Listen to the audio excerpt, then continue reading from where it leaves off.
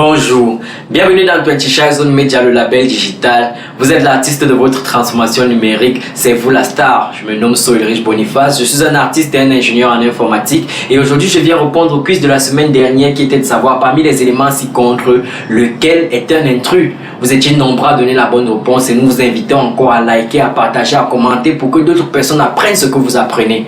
Alors, pour donner la réponse, nous allons définir chacun des éléments pour que chacun puisse identifier lequel s'éloigne un peu des autres par rapport à la nature du service qu'il offre en termes de site internet.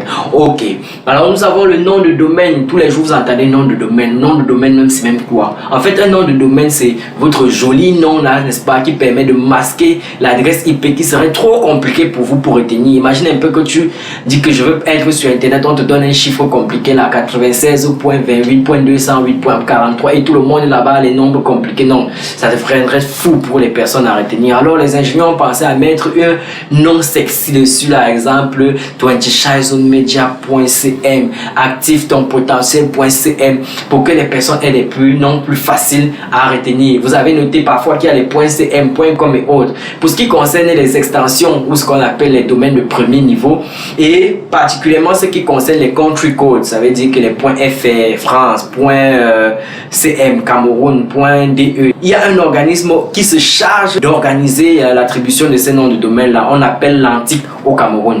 Alors le deuxième élément c'est l'hébergement annuel. Vous entendez souvent que ouais, je veux mon nom de domaine avec un an d'hébergement offert. En fait l'hébergement là c'est tout simplement pour vous rappeler que les salles dans lesquelles il fait souvent froid quand vous entrez quelque part là, si vous êtes autorisé, c'est les salles dans lesquelles vos machines, vos informations sont stockées. On les appelle les services d'hébergement et la plupart du temps ils permettent d'avoir grâce à des logiciels, des messageries électroniques. Et le troisième élément que nous avons, c'est la vidéoconférence. La vidéoconférence est définie, n'est-ce pas, comme une technique informatique qui permet de voir et de dialoguer avec une ou plusieurs personnes.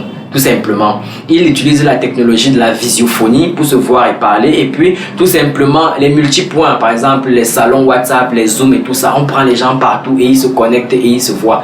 Le quatrième élément, c'est la messagerie ou l'email, l'adresse électronique. Vous entendez sur yahoo.fr, yahoo.gmail. Non, vraiment, les entrepreneurs là, laissez-moi les Yahoo machin là. Venez, on vous donne les noms de domaine et les services d'hébergement qui viennent avec les adresses email. Voilà, bref. En tout cas, ce qu'il faut noter, c'est que la messagerie électronique permet d'envoyer un message d'une machine à un autre, donc d'un serveur à un autre. Alors, parmi les 4 éléments qu'on a cités là, vous-même voyez que lequel s'éloigne un peu de l'autre par rapport à la nature. Moi, je dis bien que le C là, il n'est pas un peu comme les autres parce qu'il ne permet pas, il n'est pas un service natif qui vient lorsque vous commandez un site internet. Il est un service complémentaire qui demande parfois une technologie particulière pour l'installer.